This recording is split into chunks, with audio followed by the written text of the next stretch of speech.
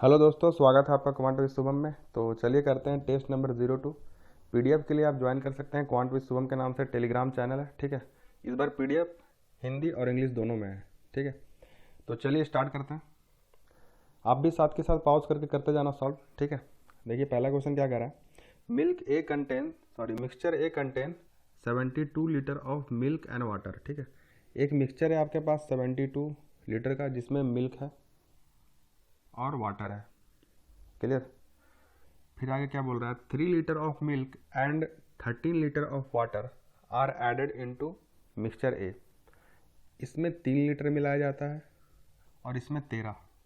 ठीक है, the milk in the final mixture in A is 20% more than that of water. अब होता क्या है, फाइनल मिक्सचर में जो मिल्क है वो 20% ज़्यादा होता है वाटर से। अगर मैं वाटर 100 मानूँ तो मिल्क क्या हो जाएगा 120। यहाँ से रेशियो क्या निकल के आया, 6:5। क्लियर। अब मैं यहाँ से क्या लिख सकता हूँ, m+3 और यहाँ से w+13। ठीक है, तो इसको इक्वेशन के फॉर्म में मैं क्या लिख सकता हूँ, m+3 upon w+13 equal to 6/5। कोई दिक्कत। अब आगे क्या बोल रहा है, find the ratio of milk and water in the initial mixture. मतलब यहाँ पे मिल्क और वाटर कितना रेशियो में था ये निकालना आपके पास। ठीक है, अब देखिए इसमें दो तरीका है। एक तरीका ये कि एक इक्वेशन बना आपका ये, ठीक है, दूसरा इक्वेशन यहाँ से बनेगा m+w इक्वल टू 72। मैं बोल सकता हूँ यहाँ से। तो दूसरा इक्वेशन यहाँ से बना, पहला ये है, 1 और 2 सॉल्व कर लो, m अलग निकालो, w अलग निकालो, फिर रेशियो ले लो। क्लियर। दूसरा तरीका है ऑप्शन। ऑप्शन चेक करेंगे। अब बताओ ये 72 लीटर जो है ये इनिशियल है ना, इनिशियल में जो क्वांटिटी था। अब ये ऑप्शन क्या दिया हुआ आपके पास, इनिशियल ऑप्शन दिया हुआ है, मतलब इनिशियल में क्या रेशियो था मिल्क और वाटर का, यही तो दिया हुआ ऑप्शन में। अब मैं हर एक ऑप्शन को चेक करूंगा। अब देखो ये 5 क्या है मिल्क और ये 4 क्या है वाटर। क्लियर। तो मैं टोटल क्या बोल सकता हूँ, 9 यूनिट है ना। किसके बराबर, 72 के बराबर। तो 1 के बराबर 8, तो मिल्क क्या हो जाएगा 40, 5 के बराबर 40। तो पहले ऑप्शन से मिल्क जो आ रहा है ना वो आ रहा है 40 और वाटर जो आ रहा है वो आ रहा है 32। क्लियर। अब मैं इस 40 और 32 को यहाँ पे पुट करूँगा। ठीक है, कहाँ पुट करूँगा, यहाँ पे। ठीक है, और मैं देखूंगा कि ये 6/5 आ रहा है कि नहीं, सेटिस्फाई कर रहा है कि नहीं। अब मैं जैसा ही 40 पुट करूँगा ना m के प्लेस पे, तो आ जाएगा 43। कितना आ जाएगा 43। अब बताओ 43 एक प्राइम नंबर है, यहाँ कहीं आपको 6 दिख रहा है, क्योंकि ऊपर 6 चाहिए मुझे तभी तो सेटिस्फाई करेगा। तो 6 तो कहीं दिख नहीं रहा है 43 में, तो मैं आगे चेक ही नहीं करूँगा फिर। समझ रहे बात को। अब चलते हैं नेक्स्ट, मतलब पहला ऑप्शन तो नहीं हुआ। ठीक है, अब बी में चलते हैं। अब यहाँ पे 8 यूनिट है, मतलब 8 यूनिट के बराबर 72, तो 1 के बराबर 9, तो 5 के बराबर 45। तो दूसरे वाले ऑप्शन से मिल्क जो आ रहा है वो आ रहा है 45। क्लियर। वाटर कितना आ रहा है 27। ठीक है, अब मैं इस 45 और 27 को पुट करूंगा कहाँ पे, इस ऑप्शन में, मतलब इस इक्वेशन में। अब m45 पुट करो, 48 आ रहा है। नीचे 27 पुट करो, 40 आ रहा है। क्लियर।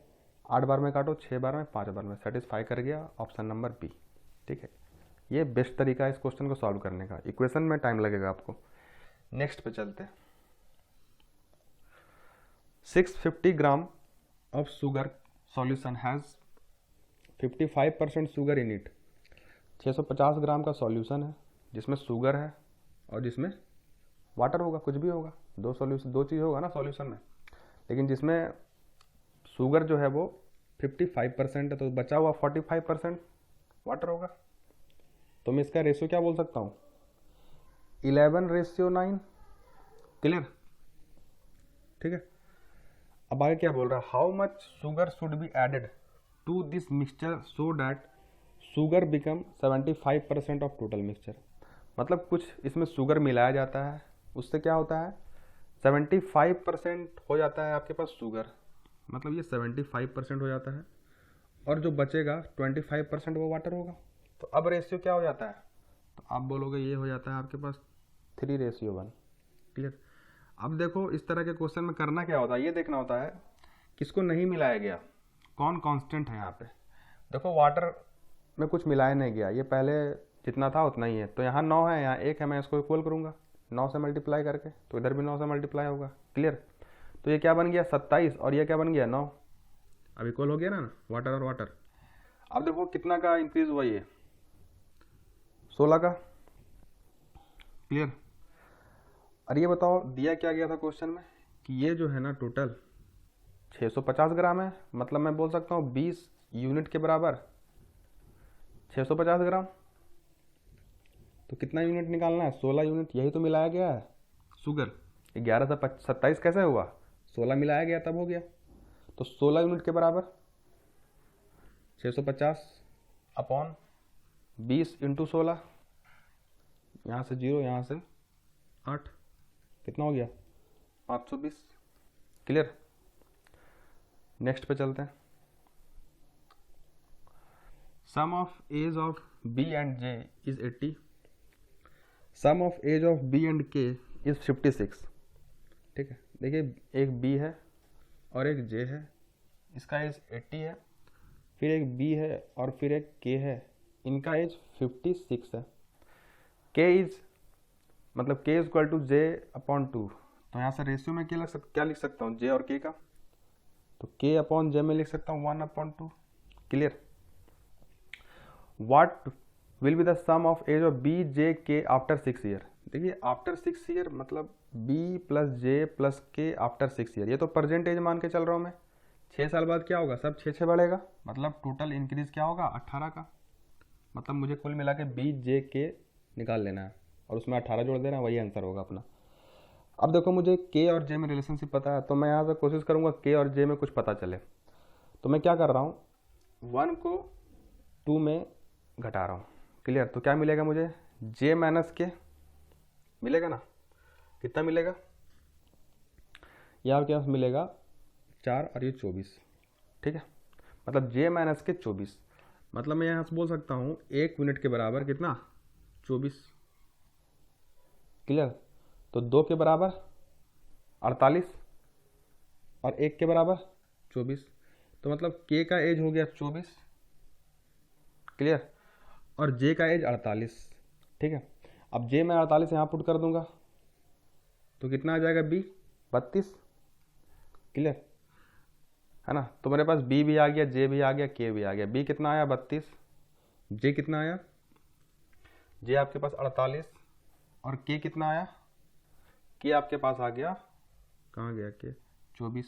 ठीक है, तो टोटल कितना हो गया ये 104 और प्लस का ये 18, टोटल क्या हो गया 122। क्लियर। नेक्स्ट पे चलते हैं। A B C started a business with initial investment in the ratio 3:5:4। ठीक है, and after 4 months A double his investment if at the end of 1 year the total profit is 22,400। What is the share of C. ये तो बहुत आसान question है, 3:5:4 था, double कौन हो गया, सिर्फ ए हुआ डबल। ठीक है, ये तो सेम ही रहा पूरे साल, मतलब मैं क्या लिख सकता हूँ 5 × 12। क्लियर, ये भी सेम रहा सी भी, तो मैं क्या लिख सकता हूँ 4 × 12। लेकिन ये क्या हुआ, पहले 4 मंथ में तो यही था, लेकिन बाकी का जो 8 मंथ है उसमें क्या हो गया डबल, मतलब 6 × 8। क्लियर। अब देखो 4 से सब जा रहा है, ये भी 2 बार में, ये 3 बार में और ये 3 बार में, क्या बच रहा है 6 दूना 12 और 3 15 और ये भी 15 और ये 12। क्लियर। तो ये टोटल कितना हो गया आपके पास, देखो 3 से भी जा रहा है तो मैं काट ले रहा हूँ 5 5 और ये 4। क्लियर। तो ये टोटल 14 यूनिट है, इसके बराबर दिया हुआ आपके पास 22,400। तो एक के बराबर क्या आ गया, सॉरी छोड़ो, सी के बराबर निकालना है आपके पास, तो सी के बराबर 4 है, तो 4 के बराबर क्या हो जाएगा 22,400 अपॉन 14 × 4। क्लियर। उसको काट लो, कितने बार में, एक बार में, फिर 6 बार में 84। ठीक है, तो 16 × 4 64 और 7 के साथ 0 2, तो 6400। क्लियर है। नेक्स्ट चलो, a boat can cover 72 kilometre in downstream in 3 hour and cover the same distance in upstream in 4 hour. ठीक है, देखिए 72 किलोमीटर डाउन स्ट्रीम में ट्रेवल करता है 3 आवर से, मतलब 3 आवर में, और वही डिस्टेंस मतलब 72 किलोमीटर ही डिस्टेंस ट्रेवल करता है अप स्ट्रीम में 4 आवर में। अब बताओ यहाँ पर डिस्टेंस कांस्टेंट है कि नहीं? और जब डिस्टेंस कांस्टेंट होता है तो मैंने बता रखा आपको कि स्पीड जो होता है इन्वर्स होता है किसके? टाइम के। मतलब जो टाइम रेशियो होगा उसका उल्टा होगा स्पीड रेशियो। अब बताओ यहाँ टाइम रेशियो क्या है? तो आप बोलोगे यहाँ टाइम रेशियो है, डाउन स्ट्रीम में 3 आवर ले रहा है और अप स्ट्रीम में 4 आवर ले रहा है, तो ये हो गया टाइम रेशियो। तो स्पीड रेशियो क्या होगा? 4:3। क्लियर? तो आप डाउन स्ट्रीम के लिए ये क्या है आपके पास? डाउन, और ये अप। तो डाउन के लिए स्पीड क्या है? 72 किलोमीटर ट्रैवल कर रहा है डाउन स्ट्रीम 3 आवर में, मतलब स्पीड क्या हो गया? 72/3 24, मतलब ये 4 के बराबर 24, तो 3 के बराबर कितना को इंटू 6 का, तो 6 का 18। तो मेरे पास अप भी पता है 18, डाउन भी पता है। देखिए मैंने ये बता रखा आपको कि डाउन और अप पता हो मुझे, तो बोट होता है आपके पास D+U/2, स्ट्रीम होता है D-U/2। चाहिए क्या मुझे? ये चाहिए। दोनों को ऐड करो, 42/2 21, मतलब 21 किलोमीटर पर आवर आया बोट का स्पीड। लेकिन ये मुझे नहीं चाहिए, मुझे चाहिए 5 आवर में स्टिल वाटर में बोट कितना ट्रैवल करेगा, मतलब 5 का गुना कितना आ गया? 105। क्लियर? नेक्स्ट चलते हैं। Length of 2 train A and B are same. ठीक है, speed of A is 54 kilometre per hour and time taken by B to cross a pole is 3.2 second more than the time taken by A to cross that pole। देखिए जब कोई train पोल को cross करती है, ठीक है, तो कौन सा डिस्टेंस ट्रेवल करती है? ठीक है, सोचो जरा, जब कोई ट्रेन पोल को क्रॉस करती है, कोई भी पोल को, तो अपना ही लेंथ को वो क्रॉस करती है ना? अपना ही लेंथ को ट्रेवल करती है वो। और यहाँ पे दोनों ट्रेन का लेंथ क्या दिया हुआ है? सेम, मतलब दोनों डिस्टेंस सेम ट्रैवल कर रहा है क्योंकि दोनों का लेंथ सेम है। तो मैं यहां बोल सकता हूं डिस्टेंस कांस्टेंट है। अब जब डिस्टेंस कांस्टेंट है तो स्पीड इनवर्स होगा टाइम का। तो स्पीड रेशियो क्या है आपके पास? ए और बी का। ए चल रहा है 54 से और बी चल रहा है 45 से। ठीक है, लेंथ पूछ रहा है ट्रेन का कि लेंथ क्या है। ठीक है, तो मैं पहले क्या कर रहा हूँ? स्पीड रेशियो निकाल रहा हूँ। ठीक है, ए 54 से चल रहा है, बी 45 से, तो क्या रेशियो आ रहा है? 6:5। क्लियर? अगर स्पीड रेशियो 6:5 है तो टाइम क्या हो जाएगा? 5:6। क्लियर? मतलब ये टाइम रेशियो है अपना लेंथ को कवर करने का, है ना? तो बताओ टाइम डिफरेंस क्या है आपके पास? 1 यूनिट। और यही टाइम डिफरेंस दिया हुआ है क्वेश्चन में कितना के बराबर है एक्चुअल वैल्यू में? 3.2 सेकेंड। ठीक है, तो मैं यहां से दोनों के लिए टाइम निकाल सकता हूं। इसके लिए टाइम क्या आएगा? 1 यूनिट के बराबर 3.2, तो 5 के बराबर 15 और 1 16, मतलब 16 सेकेंड। ठीक है, अब बताओ ये 16 सेकेंड ले रहा है अपना ही लेंथ को ट्रेवल करने में, कितने के स्पीड से? 54 के स्पीड से। तो लेंथ बताना कितना ट्रेवल कर रहा है, तो 16 × 54। अब 54 है किलोमीटर पर आवर में, मीटर पर सेकंड में करना पड़ेगा, 5/18 कितना आ गया? 3 बार में। और ये 15 × 16 240। क्लियर? कोई दिक्कत? अब देखो यहां से भी आ सकता था आपका, आप बोलते हैं यहां से नहीं आएगा क्या? बी वाले से बिल्कुल आएगा। बी का टाइम निकालो और बी के स्पीड से इंटू करो। समझ रहे बात को? ठीक है, अब देखो अगर आपको कन्फ्यूजन होता है ना 5/18 में, 18/5 में, तो आज से ध्यान रखना। देखो जब भी हम किलोमीटर से मीटर जाते हैं तो किलोमीटर एक बड़ी क्वांटिटी है, हम बड़ी क्वांटिटी में छोटी क्वांटिटी जा रहे हैं, मतलब घट रहे हैं। तो घटने के लिए मैं क्या करूँगा? मैं चाहूँगा कि कम नंबर से मल्टीप्लाई करूँ मैं। तो बताओ 5/18 बड़ा है कि 18/5 बड़ा है? तो आप बोलोगे 5/18। तो जब हम छोटे से मतलब बड़े से छोटे में जाएंगे तो छोटे वाले नंबर से मल्टीप्लाई करेंगे। छोटा नंबर कौन है? 5/18। क्लियर? तो इस तरह से आप ध्यान रख सकते हो जब भी आपको कन्फ्यूजन हो। ठीक है, नेक्स्ट चलते हैं। अब देखिए इस क्वेश्चन को करने से पहले मैं बतलाता हूँ जरा। अब देखो एक होता है M1D1, ये क्या देता है आपको, ये देता है आपके पास वर्क, ठीक है, इक्वल टू M2D2। मतलब कोई लोग हैं, कुछ लोग होंगे, नंबर ऑफ मेन यहाँ पे अलग होता है, वो कुछ अलग डेज में काम करते हैं, वही काम कुछ अलग लोग कुछ अलग डेज में काम करते हैं, लेकिन काम सेम होता है, इसलिए हम इसको इक्वेट कर पाते हैं। ठीक है, समझ में आ रहा। और यहाँ पे जो मेन होता है ना, मतलब यहाँ पे जो लोग होते हैं उनका ये एफिशिएंसी होता है। क्या होता है? एफिशिएंसी, एफिशिएंसी इनटू डेज, यही तो होता है वर्क।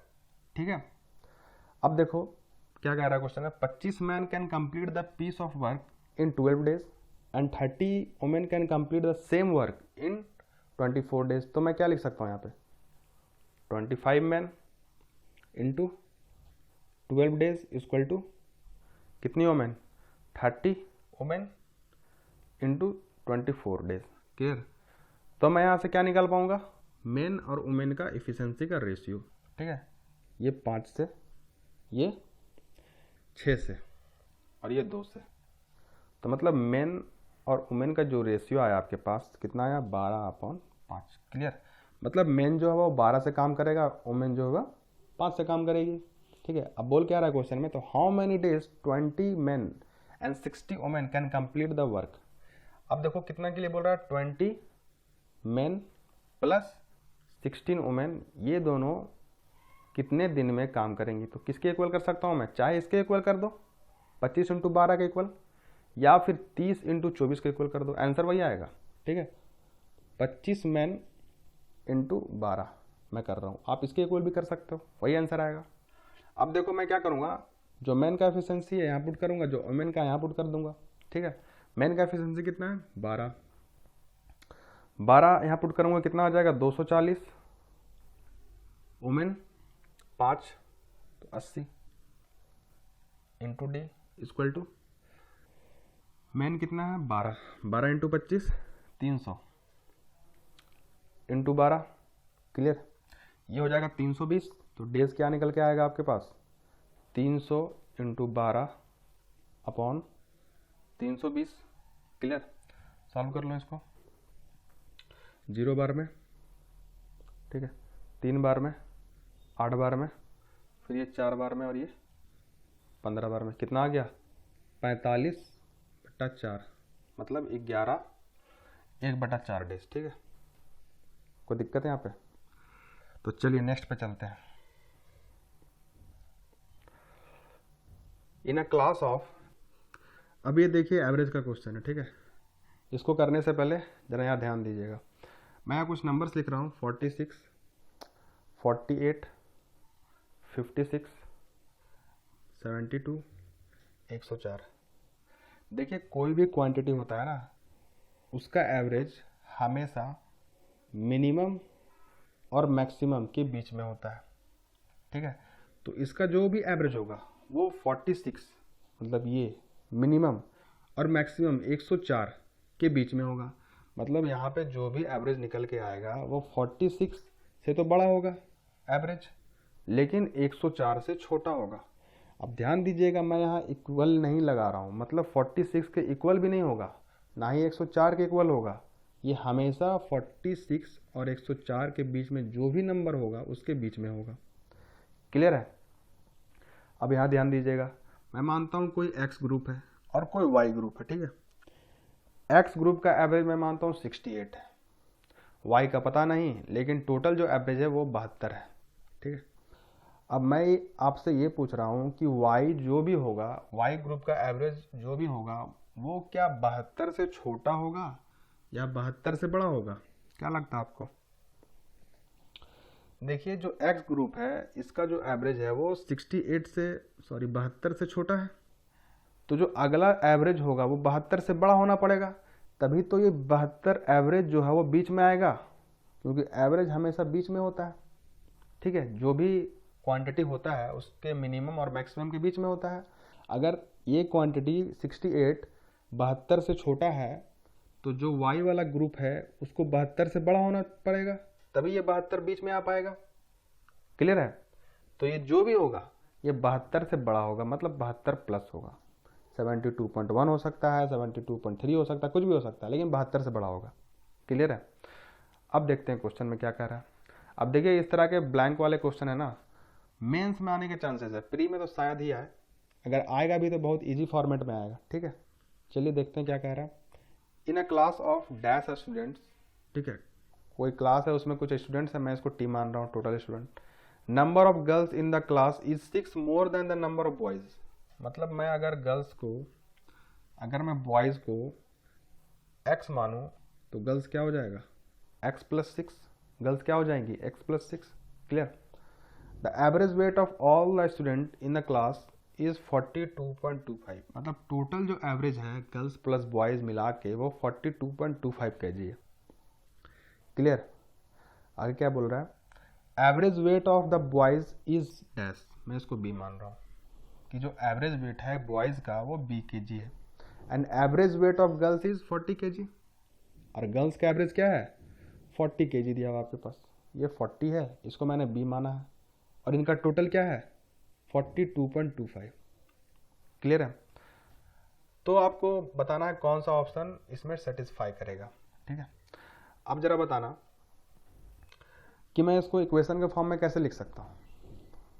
गर्ल्स का एवरेज 40 है, बॉयज़ का एवरेज b है, गर्ल्स x+6 है, बॉयज़ x है, तो क्या मैं लिख सकता हूँ 40 इंटू x+6,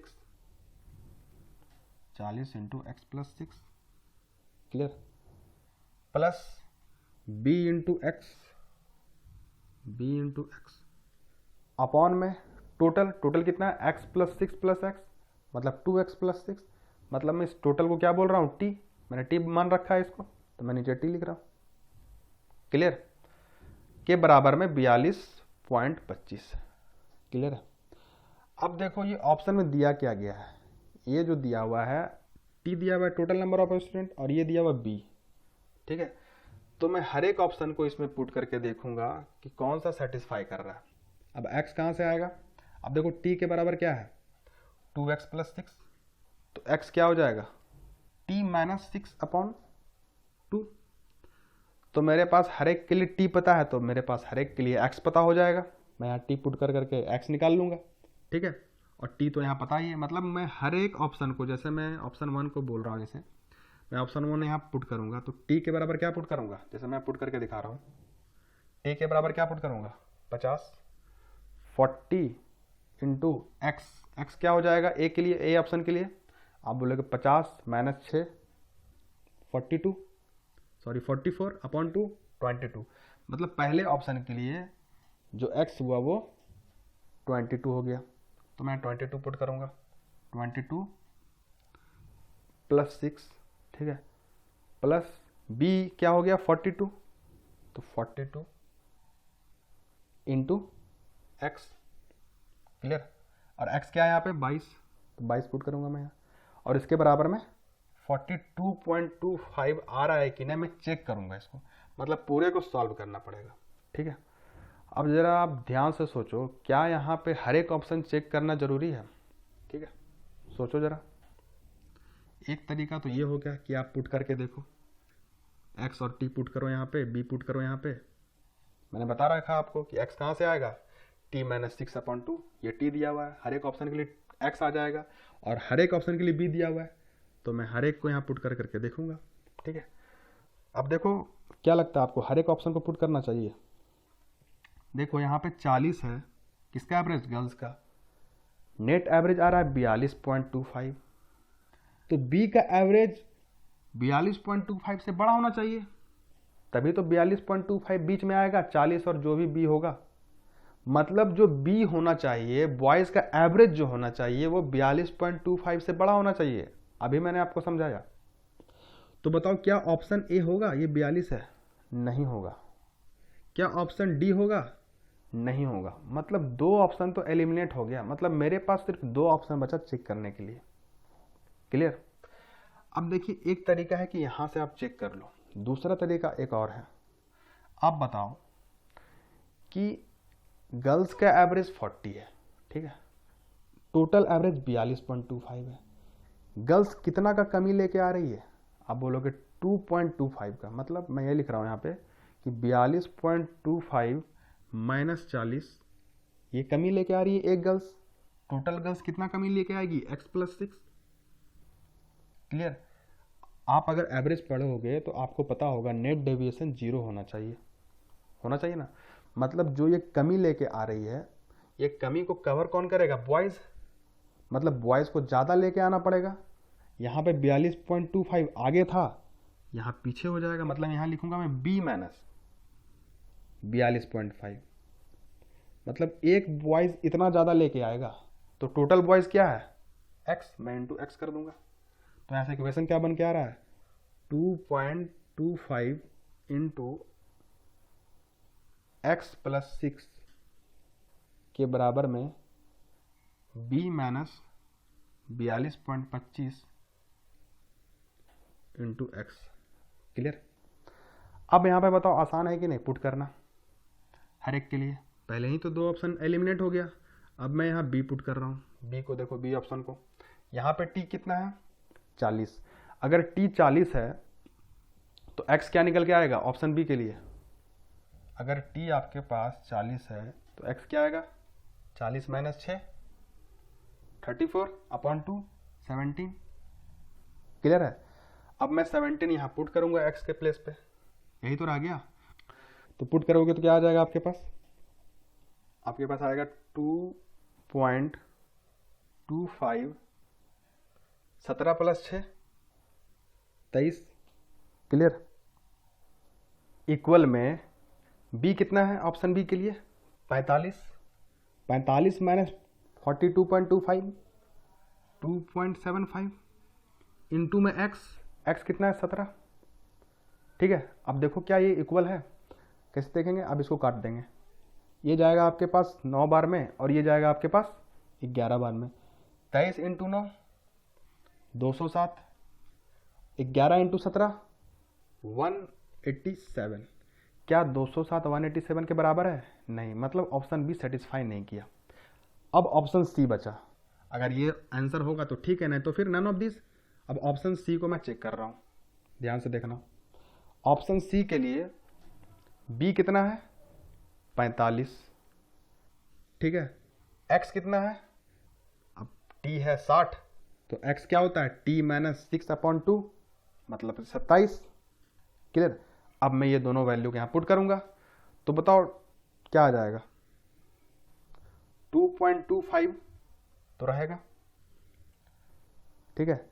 गुने में x प्लस 6 मतलब 27 प्लस 6 33। क्लियर?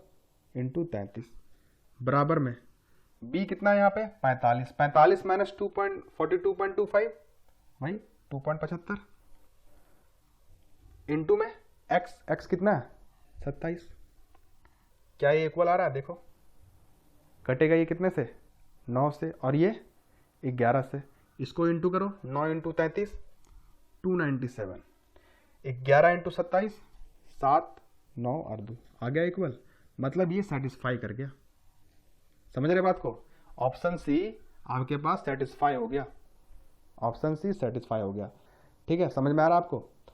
देखिए मैंने पहले क्या क्या एलिमिनेट किया, किसको किसको? ये 42 वाला। क्यों नहीं होगा? मैंने आपको पहले बतला दिया, क्योंकि ये एवरेज से कम है, जो कि पॉसिबल नहीं है। बॉयज को एवरेज से ज्यादा होना पड़ेगा, क्योंकि गर्ल्स का जो ग्रुप है वो एवरेज से कम है, तो जो बाकी ग्रुप है उसको एवरेज से ज्यादा होना पड़ेगा। तो ये दोनों को मैंने हटा दिया। ठीक है? अब देखिए मेरे पास 2 तरीका था ऑप्शन को चेक करने के लिए। एक तरीका ये इंटू वाला, दूसरा तरीका था ये डेविएशन वाला। एक गर्ल्स कितना डेविएट कर रही है? 2.25 का। तो टोटल गर्ल्स है कितना? x plus 6। टोटल डेविएशन आएगा कितना? कमी कितना आएगा? डेविएशन मतलब कमी, इतना आएगा। इस कमी को कवर कौन करेगा? बॉयज। एक बॉयज कितना कवर करेगा? जो एवरेज है बॉयज का माइनस 42.25। कितने बॉयज है? x। तो मैंने ऑप्शन बी को चेक किया, यहाँ पे t 40 था। अगर t 40 है तो x यहाँ से आ जाएगा। मैंने पुट किया x और b दोनों को, यहाँ पर इक्वल नहीं आया, यहाँ पे इक्वल आ गया। समझ रहे बात को? ठीक है? तो चलिए नेक्स्ट पे चलते हैं। The current of stream runs with speed of, इसको एस मान रहा हूँ, एस से चल रहा है स्ट्रीम। A boat travel 120 kilometre downstream और 18 kilometre upstream in 15 hour. और अप स्ट्रीम कितना चल रहा है 108 और दोनों को कवर करने में लग रहा है time 15 hour. Speed of motor boat in still water is dash, मतलब इसको निकालना है, मैं इसको बी मान रहा हूँ। मतलब एस और बी निकालना है आपको, कौन सा सेटिस्फाई कर रहा है ये देखना है। ये तो बहुत आसान हो गया। डाउन आपके पास दिया हुआ है, अप दिया हुआ है। डाउन कितना चलता है 120, अप कितना चलता है 108। क्लियर। डाउन कितने से स्पीड चलेगा, कौन सा स्पीड से चलेगा बोट प्लस स्ट्रीम, और ये बोट माइनस स्ट्रीम। यही तो टाइम लगेगा। डाउन के लिए इतना टाइम लगेगा, अप के लिए इतना टाइम लगेगा, इनको ऐड करके कितना दिया हुआ है 15। बस ये देख लेना है कौन सा ऑप्शन इसको सेटिस्फाई कर रहा है। ये देखो ये वाला आपके पास क्या दिया हुआ है स्ट्रीम, और बाकी जो 16 15 8 दिया हुआ क्या दिया हुआ बोट। तो मैं सबसे पहले ए ऑप्शन को पुट करता हूँ। बताओ यहाँ पे बोट प्लस एस कितना आ जाएगा 20, 16 प्लस 4 20, तो कितना टाइम आया 6 आवर। ये कितना आ जाएगा 16 माइनस 4 12, और ये 9 आ गया। मतलब ये सेटिस्फाई हो गया 15 आवर आ गया ना। मतलब ऑप्शन है सेटिस्फाई हो गया। अब 2 भी देखना है 3 भी देखना है, क्योंकि देखो ऑप्शन दिया हुआ है बोथ 1 एंड 2, बोथ 1 एंड 3 ऐसा करके दिया हुआ है। अब ऑप्शन 2 देखते हैं। 15 और 5 20, ये ऑप्शन ए मतलब ए वाला 1 वाला हो गया। ये 2 देख रहा हूँ मैं। 15 और 5 20, तो यहाँ 20 से डिवाइड करो कितना आ गया 6, प्लस 15 माइनस 5, ये तो 10.8 आ रहा है, तो ये नहीं आएगा। मतलब ऑप्शन 2 नहीं होगा। ऑप्शन 3 देखते हैं। 8 और 2 10, मतलब यहाँ 12 आवर आ गया। यहाँ 10 पुट करूँगा तो मैं 8 माइनस 2 6, ये तो बहुत ज़्यादा जा रहा है, ये भी नहीं होगा। ठीक है, मतलब सिर्फ ऑप्शन 1 क्या कर रहा है इसको सेटिस्फाई कर रहा है। क्लियर। चलते हैं नेक्स्ट पे। अब देखिए डी आई आपके पास है इंपोर्ट और एक्सपोर्ट पे। ठीक है, अब क्वेश्चन में क्या दिया हुआ है, the flowing graph shows the ratio of import to export of 3 different countries over the year। आपके पास 3 कंट्री है, नेपाल श्रीलंका और इंडिया। ठीक है, उनका आपके पास दिया हुआ है इंपोर्ट और एक्सपोर्ट का रेशियो। क्लियर है। अब जैसे मैं नेपाल के लिए बात करूँ तो यहाँ दिया हुआ है 0.9 2010 में, मतलब मैं क्या लिख सकता हूँ 9/10। ये हो जाएगा आपके पास इंपोर्ट और ये हो जाएगा आपके पास एक्सपोर्ट। क्लियर है। अब चलते हैं क्वेश्चन में, देखते हैं क्या कह रहा है। इसको मैं हटा देता हूँ। If import of India was 8 million in 2013 and export of Nepal in 2010 was 3/2 times of import of India in 2013। अब देखो 2013 में इंडिया का रेशियो क्या है इंपोर्ट और एक्सपोर्ट का। 2013 ये रहा, इंडिया आपके पास ग्रीन वाला रहा, मतलब 0.8 है। मतलब इंपोर्ट और एक्सपोर्ट का जो रेशियो है आपके पास 8/10 है। क्लियर। अब क्वेश्चन में बोल रहा है कि इंडिया का जो इंपोर्ट है वो 8 मिलियन है, मतलब ये 8 के बराबर 8 है, 8 मिलियन। तो ये 10 के बराबर क्या होगा 10 मिलियन। क्लियर। अब क्या बोल रहा है कि नेपाल का जो 2010 में जो एक्सपोर्ट है वो 3/2 times of import of India है। इंपोर्ट क्या है इंडिया का 8, इसका 3/2 क्या होगा 12, और ये क्या है आपके पास एक्सपोर्ट है किसका नेपाल का, कब का 2010 का। क्लियर। फिर क्या बोल रहा है द इंपोर्ट ऑफ नेपाल 2010, जो भी 2010 में रहा होगा नेपाल का import is what is how much percent is more than export of India in 2013। ठीक है। अब बताओ 2010 में रेशियो क्या है नेपाल का। 2010 में नेपाल का जो रेशियो है वो 0.9 है, मतलब 9/10 है। ठीक है, मतलब ये इंपोर्ट है और ये एक्सपोर्ट है। क्लियर। अब बताओ ये जो 12 निकाले हम, ये क्या था एक्सपोर्ट था, मतलब ये 10 के बराबर 12 दिया हुआ है, 1 के बराबर 1.2, तो 9 के बराबर 10.8। क्लियर है। तो वही बोल रहा है जो इंपोर्ट है ना नेपाल, इंपोर्ट ऑफ नेपाल इन 2010 ये है 10.8 is how much percent more than export of India in 2013। Export क्या है इंडिया 2013 में 10 है। मतलब आपके पास 10.8 को कंपेयर करना है किससे 10 से, क्योंकि ये नेपाल का क्या है इंपोर्ट, कौन से ईयर में, 2010 में। और 10 क्या है आपके पास, एक्सपोर्ट इंडिया का कौन से ईयर में, 2013 में। तो कितना परसेंट मोर है आपके पास, 8%। क्लियर। नेक्स्ट पे चलते हैं। If amount of export of Sri Lanka in 2011 was 20 million, then find the amount of import of Sri Lanka in the same year। अब देखो श्रीलंका में 2011 में रेशियो क्या है, फिर ये 2011 रहा, श्रीलंका रेट रहा ये वाला, कितना है, 4/10। क्लियर।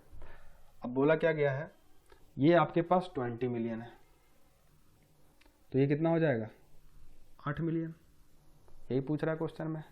नेक्स्ट चलो। If amount of export for Sri Lanka in year 2012, 2014, 2015 is same which is equal to 50 million. मतलब 2012, 2014, 2015 सब सेम है एक्सपोर्ट, और किसके बराबर है, 50 मिलियन। मतलब 2012 में भी 50 मिलियन है, 2014 में भी 50 मिलियन है, और 2015 में भी। ठीक है। Find the average amount of import of Sri Lanka in year 2012, 14 और 15। अब देखो श्रीलंका यहाँ पे कौन से ईयर के लिए बोल रहा है, 12, 14 और 15। कितना है, 1.1, और यहाँ पे 0.5, और यहाँ पे 1.4। तो मैं लिख रहा हूँ 11/10, 5/10 और 14/10। ठीक है। अब इनका जो एक्सपोर्ट है ये क्या है, इंपोर्ट अपॉन एक्सपोर्ट, मतलब नीचे वाला एक्सपोर्ट है, हर एक किसके बराबर है, 50 मिलियन के बराबर, और सब बराबर भी है, रेशियो में बराबर दिख भी रहा है, यहाँ भी 10 है, यहाँ भी 10 है, यहाँ भी 10 है, बराबर करने की जरूरत भी नहीं है। ठीक है। अगर यहाँ अनइक्वल होता तो मैं इसको बराबर करता, लेकिन यहाँ पहले से इक्वल है, 10 10 10 है। ठीक है। मतलब यहाँ पे 30 यूनिट के बराबर क्या है, 150 बोल सकता हूँ ना मैं, कि टोटल कितना है, 10 10 10 30 यूनिट, और हर एक 50 मिलियन के बराबर है। मैं क्या बोल सकता हूँ, 30 यूनिट के बराबर 150। तो वही पूछ रहा है कि बताओ कि 2012, 14 और 15 में जो इंपोर्ट है कितना है, 11, 5 और 14, ये भी क्या है, टोटल 30 आ रहा है। मतलब ये भी 30 यूनिट है आपके पास, मतलब ये भी 150 होगा। लेकिन ये निकालने नहीं बोल रहा है, इनका एवरेज बोल रहा है। तो एवरेज मतलब 3 से डिवाइड भी करूंगा मैं, कितना आएगा, 50 मिलियन। क्लियर है। नेक्स्ट पे चलते हैं। If amount of import for India in year 2014 and the amount of export of Nepal in 2015 are same. तो सबसे पहले देखो 2014 में इंडिया के लिए, 2014 में इंपोर्ट और एक्सपोर्ट, इंपोर्ट और एक्सपोर्ट है कितना, कितना रेशियो है इसका। 2014 में आपके पास देखो ये कितना है, 4, मतलब 4/10। क्लियर। श्रीलंका का किसके लिए बात कर रहा है, 2015 के लिए, ये कितना है, 1। तो मैं क्या बोल सकता हूँ, 1/1। और क्वेश्चन में ये बोल रहा है कि जो इंपोर्ट है इंडिया का, मतलब ये 4 बराबर है एक्सपोर्ट नेपाल के 1 के बराबर। तो इसको इक्वल बनाना पड़ेगा मेरे पास, इंटू 4 करके क्या बन गया, ये 4/4। अब आगे क्या बोल रहा है, find the ratio of amount of export in 2014 for India. Export क्या है आपके पास, 10, किसके साथ रेशियो लेना है, to the amount of import in 2015 for Nepal. कितना इंपोर्ट है, 4, क्या रेशियो आया, 5/2। ये तो बहुत आसान था। नेक्स्ट पे चलते हैं।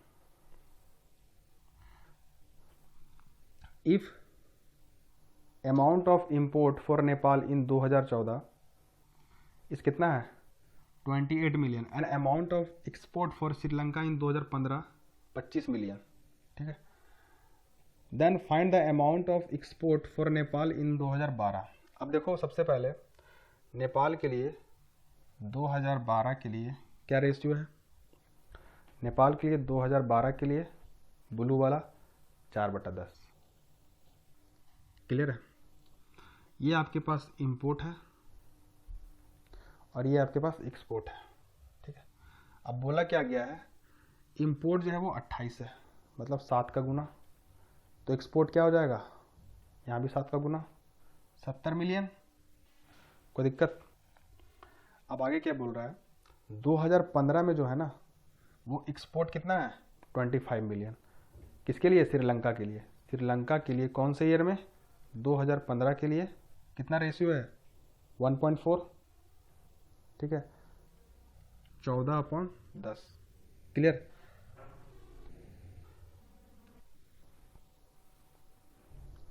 और बोला गया है जो आपके पास एक्सपोर्ट है श्रीलंका के लिए वो 25 मिलियन है। मतलब ये आपके पास 25 मिलियन है, मतलब कितना का इंटू 2.5 का, तो ऊपर भी 2.5 का, कितना आ जाएगा ये? 35 मिलियन। अब आगे क्या बोल रहा है कि find the amount of export for Nepal in 2012। क्या है आपके पास? 70। ठीक है, what percent to the amount of import for Sri Lanka 2015। Import क्या है आपके पास श्रीलंका के लिए? 35। कितना परसेंट है? 200%। क्लियर? तो मेरे ख्याल से आपको बहुत अच्छे से समझ में आया होगा। ठीक है, तो चलिए नेक्स्ट वाले टेस्ट में फिर मिलेंगे। पीडीएफ के लिए आप जरूर ज्वाइन कर लेंगे क्वांट विद शुभम जो चैनल है, ठीक है, टेलीग्राम का, वहाँ सारा पीडीएफ अवेलेबल है। ठीक है, तो चलिए फिर मिलते हैं नेक्स्ट टेस्ट में, तब तक के लिए थैंक यू।